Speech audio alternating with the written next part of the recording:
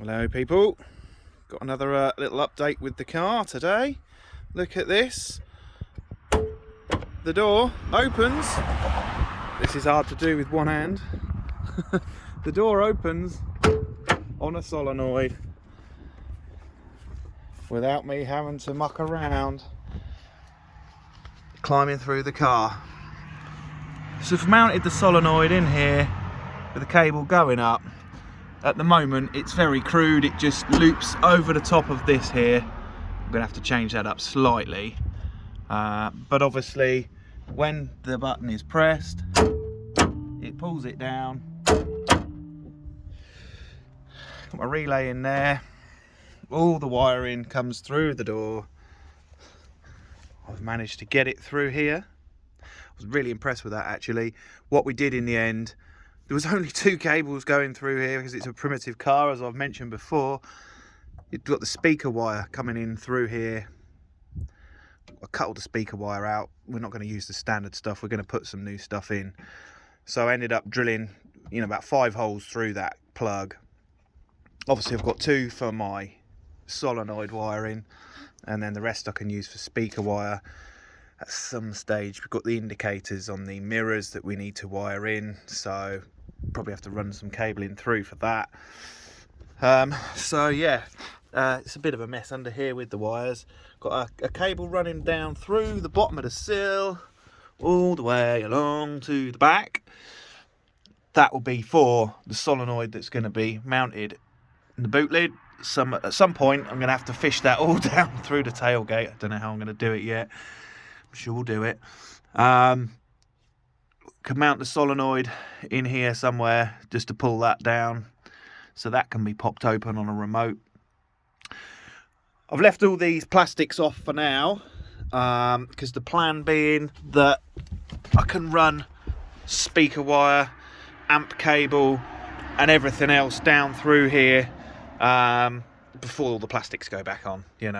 I think I just want to get a bit of cabling in there through that plug for the speaker. The door card can go back on. Done for now. Until we've obviously got to take it back off to change the actual speaker. Seatbelt, well, old one's out at the moment. I've ordered some new ones. I've obviously been starting to fit them, bolted it in there. This is the most awkward part. The bit that would mount right up here. The seat belts that were originally on the Corsa had a little spacer or washer that would sit through there, so this could swivel. That spacer won't fit on these new seat belts because the holes in here is a lot smaller. So I've ordered some aluminium tubing to create a little spacer so we can use that so it'll still swivel, because otherwise it's just going to be fixed in one position and then you're stuffed. So then yeah, the bottom's bolting down here where the old seatbelt bracket used to bolt in, and then the other part will be bolted through there. So that's the seatbelts going in next. We'll get onto that in the next couple of days. Hopefully it'll be, well, even if it is wet out here, I suppose I can still sit inside the car and do it all. Waiting for this cabling to turn up so I can put all this back together, get all this plastic back on, tidy up the footwell because it's a mess. I guess the seat can go back in because then we'll have a working seat belt. Obviously that's still got the old Corsa seat belt in.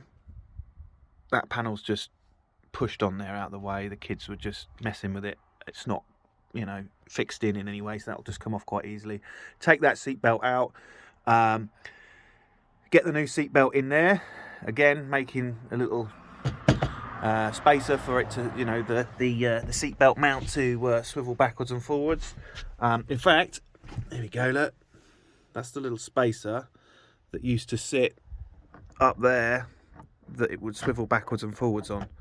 So I need to create something like that, but unfortunately that is exactly the same. It's not going to focus for whatever reason. There we go.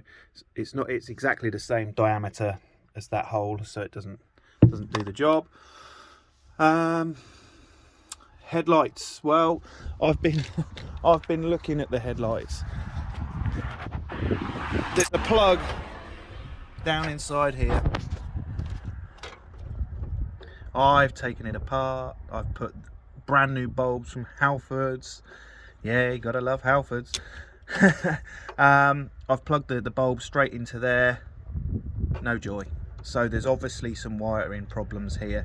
I know there's obviously wiring problems with my side lights. Got that to sort out. I'm thinking I might just get an auto electrician in just to check this out, make sure that this is all working okay.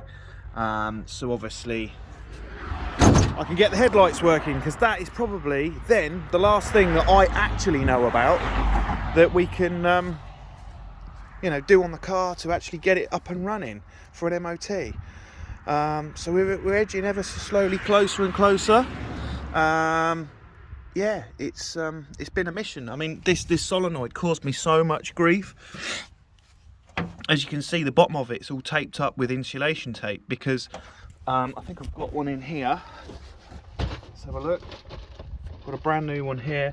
So the bottom of it has the connection for the live terminal.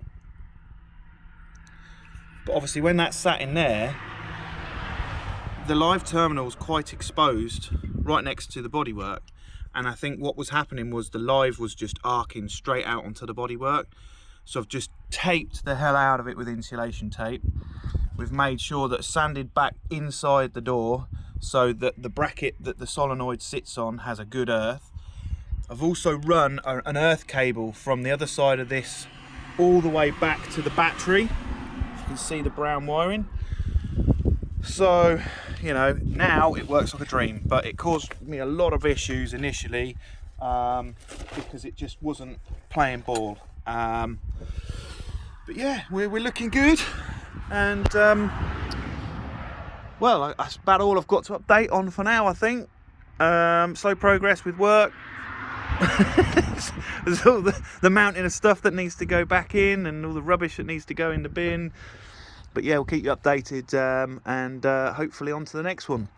Now, someone did mention recently about the old snooper. Yeah, it's in there still. Throwback to well, the 90s, really, isn't it? Finding speed cameras and things. It all fires up. I can't tell you if it works, because obviously I've not driven past any speed cameras. I wouldn't rely on it in this day and age, because there's obviously a hell of a lot more speed cameras on the road than what there used to be. I'm sure as hell it probably doesn't pick up mobile ones, but either way, yeah, it's a nice little touch. I don't think I'm going to take it out, because it'll probably end up ruining the dash. But I don't know, maybe we can. We'll just replace the little clock binnacle there. We'll see. But bit of fun. Anyway, there you go. That's it for now.